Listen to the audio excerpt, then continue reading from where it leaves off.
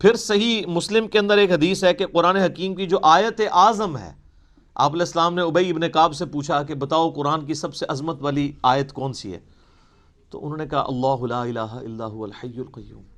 نبی علیہ السلام اتنے خوش ہوئے کہ آپ نے اپنا مبارک ہاتھ ان کے سینے پہ مارتے ہوئے کہا کہ ابو منذر تمہیں تمہارا علم مبارک ہو، یعنی بڑی آبزرویشن ہے تمہاری کہ تم نے قرآن حکیم کی سب سے عظیم ترین آیت کو، یعنی نبی علیہ السلام کے بتائے بغیر انہوں نے آبزرو کر لیا کہ یہ آیت ہے۔ پھر وہ بخاری میں، وہ بھی سورۃ البقرہ میں ہے، آیت الکرسی آیت نمبر 255 ہے سورۃ البقرہ کی۔ پھر بخاری میں وہ بڑی لمبی حدیث ہے جو انسانی شکل میں آ کے شیطان جو ہے وہ مال جو تھا، مال غنیمت کہہ لیں، بیت المال کی جو حفاظت کے لیے حضرت ابو ہریرہ کو نبی علیہ السلام نے جو ہے وہ رکھا ہوا تھا، تو رات کے وقت وہ شیطان انسانی شکل میں آتا تھا۔ الٹیمیٹلی جب وہ پکڑا گیا تو اس نے پھر حضرت ابو ہریرہ کو ایک رشوت کے طور پہ آپ کہہ لیں، مدنی رشوت، اور الیاس قادری صاحب اس طرح کی چیزوں کو استعمال کرتے ہیں نا، تو ایک چھٹکارے کے لیے اس نے کہا میں تمہیں ایک وظیفہ بتاتا ہوں، مجھے چھوڑ دو تم۔ ان کا میں تو نبی علیہ السلام کے پاس پیش کروں گا تمہیں۔ ان کو نہیں پتا تھا یہ شیطان ہے، انسانی شکل میں آیا تھا، کیونکہ اس ٹائم علم غیب نہیں ہوتا تھا، یہ تو بزرگوں کو بعد میں پتہ چل جاتا ہے نا۔ تو حضرت ابو ہریرہ کو تو علم غیب کوئی نہیں تھا۔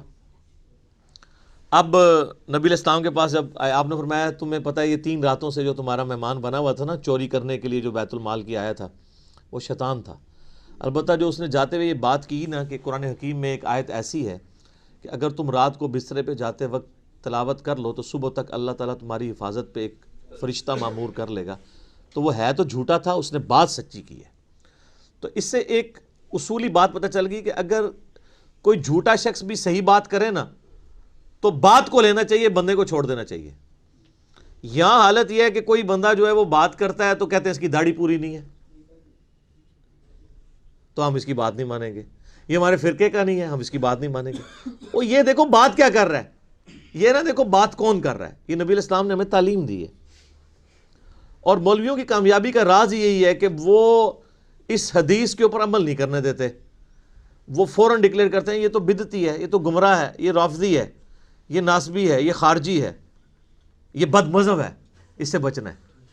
تو سب سے بڑا بد مذہب اس روئے عرض پہ اگر کوئی ہو سکتا ہے تو شیطان ہی ہو سکتا ہے نا، اور کنفرم جہنمی اگر کوئی ہو سکتا ہے تو وہ شیطان ہے۔ تو نبی علیہ السلام فرمایا ہے جھوٹا ہے، بات سچی کی ہے۔ تو شیطان اگر سچی بات کرے تو لے لیں، تو اگر آپ ہمیں شیطان ہی سمجھتے ہیں تو تب بھی آپ بات دیکھیں، اب وہ بات آپ کے خلاف ہے۔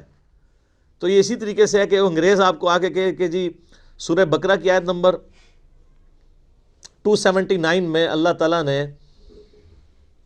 ڈکلیئر کیا ہے اس شخص کو، اللہ اور اس کے رسول کی جنگ ہے اس کے خلاف جو سود کھاتا ہے۔ آپ کہیں جی چونکہ تو انگریز ہے اس لیے میں یہ بات نہیں مانتا، تو وہ آپ انگریز کا انکار کر رہے ہوں گے یا قرآن کا؟ قرآن کا۔ تو آپ کو یہ دیکھنا ہے کہ کتاب و سنت کی دلیل اس نے کیا پیش کی ہے، کیونکہ اگر آپ یہ قدغن لگا دیں گے تو پھر سر جو آپ اپنی پبلک پہ قدغن لگا رہے ہیں نا، تو لگانے والوں کو بھی گمراہ ڈکلیئر کیا ہوا ہے دوسرے فرقے والوں نے، پھر وہ بھی بالکل ٹھیک ہے۔ بریلوی پھر بالکل ٹھیک ہے کہ اہل حدیث کی بات نہیں سننی چاہیے، کیونکہ اہل حدیث جو کہہ رہے ہیں کہ بریلویوں کی بات نہیں سننی چاہیے۔ پھر سنی بالکل ٹھیک ہے کہ شیعہ کی بات نہیں سننی چاہیے، کیونکہ شیعہ بھی کہہ رہے ہیں کہ سنیوں کی بات نہیں سننی چاہیے۔ تو اس امام میں سارے کے سارے ہی ننگے ہیں۔ تو آیت اعظم قرآن حکیم کی صحیح مسلم کی حدیث کے تحت آیت الکرسی، وہ بھی سورۃ البقرہ کا حصہ ہے۔ پھر صحیح مسلم میں ایک حدیث ہے، حضرت جبرائیل علیہ السلام نبی علیہ السلام کے پاس بیٹھے ہوئے تھے تو اچانک آواز سنی، انہوں نے تو آسمان کی طرف سر اٹھایا تو کہا یا رسول اللہ صلی اللہ علیہ وآلہ وسلم، آج آسمان کا وہ دروازہ کھلا ہے جو آج سے پہلے نہیں کھلا، اور اس آسمان سے ایک فرشتہ نازل ہوا ہے جو یہ میرے پاس کھڑا ہے، آپ کو سلام عرض کر رہا ہے، اور یہ اللہ کی طرف سے خاص خبر لے کے آیا ہے۔ تو پھر اس نے بتایا کہ اللہ تعالیٰ کی طرف سے آپ کو 2 نوروں کی بشارت ہو جو آپ سے پہلے کسی پیغمبر کو نہیں دیے گئے۔ نمبر 1 سورۃ الفاتحہ، اور نمبر 2 سورۃ البقرہ کی آخری 2 آیات، آمن الرسول بما انزل الیہ من ربہ والمؤمنون۔ اور صحیح بخاری اور مسلم دونوں میں حدیث ہے کہ جو یہ رات کے وقت سورہ البقرہ کی آخری 2 آیات پڑھ لے گا تو اس میں جو کچھ اس نے اپنے رب سے مانگا ہے اس کو عطا کر دیا جائے گا۔ وہ تجدید ایمان ہے، ٹھیک ہے، اس میں سب کچھ ایمانیات ہیں پھر دعائیں ہیں اللہ سے. اسی لیے ہم نے اپنے صبح شام کے اذکار کارڈ، بلو کارڈ کے اوپر یہ وظیفے کے طور پہ لکھا ہوا ہے. بہت لمبے وظائف نہیں کر سکتا، کم از کم سورہ بقرہ کی آخری 2 آیات زبانی یاد کر لے، اور پڑھتے رہیں گے تو زبانی یاد ہو جائیں گی. تو وہ بھی سورہ بقرہ کے یعنی فضائل کے اندر ہی وہ ساری کی ساری چیزیں آتی ہیں.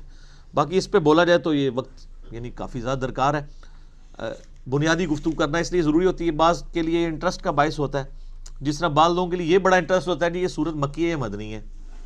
تو یہ بھی کوئی پیٹرن نہیں ہے. کئی صورتیں ہیں جن میں اختلاف ہے مکی اور مدنی ہونے پہ، کئی پہ ڈیفینیٹلی ہے. جس طرح کہ اب یہ سورہ بقرہ یہ ڈیفینیٹلی مدنی صورت ہے. پھر اس میں ایسی آیات بھی آئیں گی جو مدینہ شریف سے تعلق رکھنے والے واقعات ہیں. ٹھیک ہے، سورت کے اسلوب کو سمجھنے کے لیے اگر کوئی انٹرسٹ کے طور پہ چاہتا ہے، بہرحال اس سے کوئی فرق نہیں پڑتا وہ مکی ہے مدنی ہے.